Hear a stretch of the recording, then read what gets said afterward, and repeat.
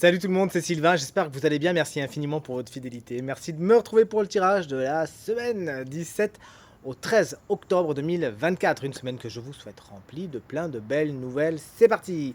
Regardez bien la carte correspondant à votre signe, mais également celle correspondant à votre ascendant et à votre signe lunaire. Pourquoi? Eh bien pour avoir plus d'informations et plus de renseignements, plus de conseils, tout simplement.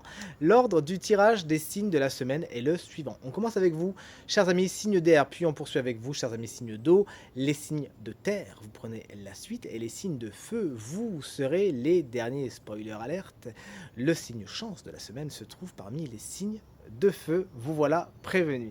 Si vous désirez une consultation privée, vous trouverez toutes les informations pour me joindre dans la barre de description de cette vidéo. Elle s'affiche également au bas de votre écran.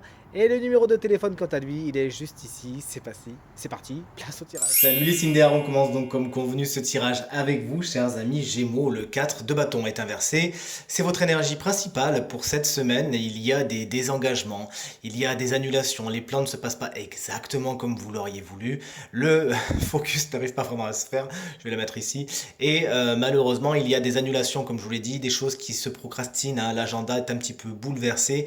Il peut même y avoir problème dans certains engagements, certaines conciliations qui ne se font pas. Bref, vous l'aurez compris, il s'agira de changer votre fusil d'épaule et au moment où vous faites les bilans, d'avoir de nouvelles idées.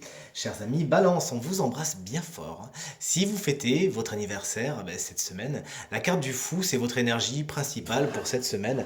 Elle vous dit que c'est très très bien, effectivement, de sortir de votre zone de confort, pas de souci, vous avez bien raison.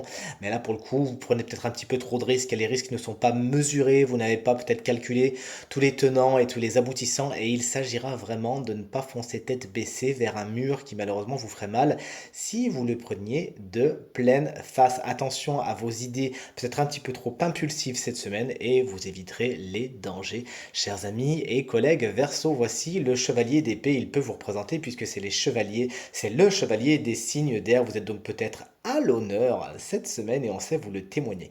Toujours est-il en tant qu'énergie, ce chevalier d'épée vous explique que vous avez beaucoup d'éloquence cette semaine et que votre communication est particulièrement soignée. Elle vous aidera bien sûr à emporter l'adhésion des autres. Il faudra juste bien vérifier que votre vérité est universelle et donc n'appartient pas qu'à vous. Ça peut être également une personne comme vous, signe d'air, qui jalonne votre semaine, à savoir Gémeaux, Balance ou Verseau, et qui saura la dynamiser par sa fougue, justement par ses idées et par son esprit brillant et vif. Chers amis Sindo, on poursuit donc ce tirage avec vous, chers amis Cancer. Le chevalier de denier est votre énergie principale pour cette semaine, oui, mais il est, comme vous le voyez, inversé.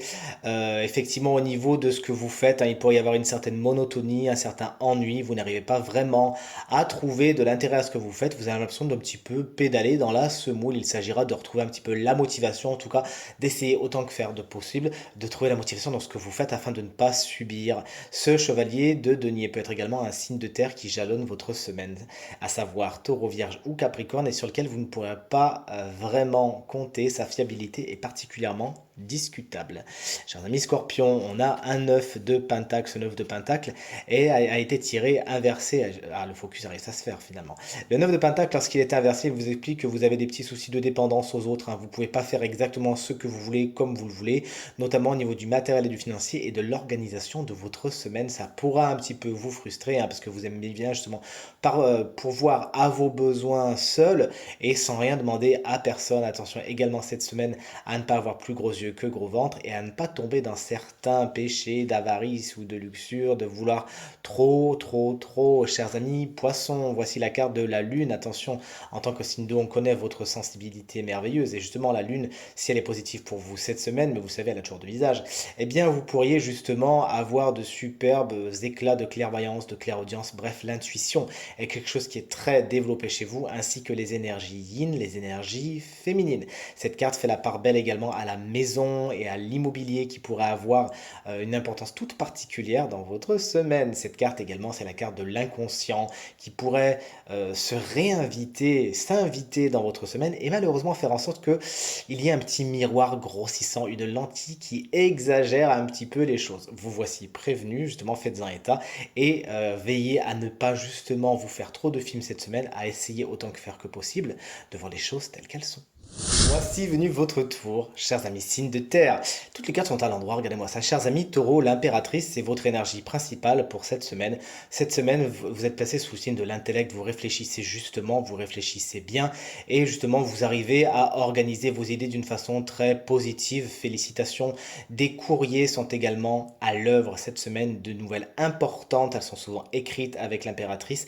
Vous les recevez cette semaine, c'est parti et il y a de fortes chances à parier qu'elles soient positives et qu'elles vous mettent justement le sourire. Les projets sont également bien inspectés cette semaine. Vous bourgeonnez, l'impératrice est souvent représentée comme une femme enceinte qui effectivement voit ses projets bourgeonner cette semaine. Il s'agira d'être patient et de les alimenter au fur et à mesure. La reine de coupe, elle est pour vous, mes chers amis vierges. Elle est géniale cette reine de coupe puisqu'elle fait la part belle à l'intuition, à l'émotionnel, qui pourrait être le sujet le plus important de votre semaine, celui qui occupe vos pensées et vos journées. En particulier, vous vous intéressez à ce que vous ressentez, vous êtes dans la réceptivité, vous êtes dans l'émotion, et vous arrivez à en faire quelque chose de chouette, d'accueillir tout simplement vos émotions, de les regarder telles qu'elles sont, et d'en faire quelque chose de positif. N'hésitez pas à suivre votre intuition avec la reine de coupe, c'est vraiment ce qui est conseillé. D'ailleurs, cette reine de coupe pourrait être votre conseiller ou votre conseillère cette semaine, et souvent elle serait signe d'eau, cancer, scorpion ou poisson. Sa douceur légendaire vous poussera tout simplement à vous rapprocher d'elle, hein. Ça pourrait être une personnalité très importante de votre semaine, notamment dans le domaine sentimental. Et enfin, chers amis Capricorne, ça y est, vous avez enfin compris qu'il fallait tourner le dos à ce qui n'est pas positif pour vous. C'est ce que vous dit le 8 de coupe en énergie principale. Il vous manque quelque chose, vous n'êtes pas satisfait, ou alors vous avez fait le tour d'une relation, d'une situation, d'un travail, bref, vous avez besoin d'autre chose et vous allez enfin voir ailleurs si cette chose existe. Bonne nouvelle, c'est le cas.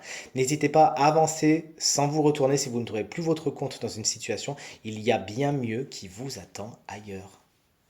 Enfin, on termine avec vous, chers amis signes de feu. Attention, spoiler, alerte. Le signe chance de la semaine se trouve justement parmi les signes de feu. Allez, on commence avec vous, chers amis bélier. Vous avez tiré la carte du valet d'épée, hein, mais inversé, attention, il y a des ragots, il y a des cancans autour de vous. Les gens peuvent parler sans vraiment connaître les tenants et les aboutissants. Et il y a peut-être des personnes, notamment des signes d'air, pourquoi pas, qui pourraient vouloir mettre de l'huile sur le feu et entremêler les histoires sans vraiment comprendre. Vous aussi, hein, votre curiosité pourrait être un petit peu mal placée cette semaine, ou alors vous pourriez avancer sans vraiment connaître toutes les informations, ce qui pourrait faire en sorte que vous êtes tout simplement dans le faux. Attention, si c'est un personnage, souvent il a l'esprit vif et peut-être plus jeune que vous d'ailleurs, et ça peut être un signe d'air, c'est-à-dire Gémeaux, Balance ou Verseau, qui pourrait justement être au centre, ou alors créateur, créatrice, de certains imbroglios, incompréhensions et conflits.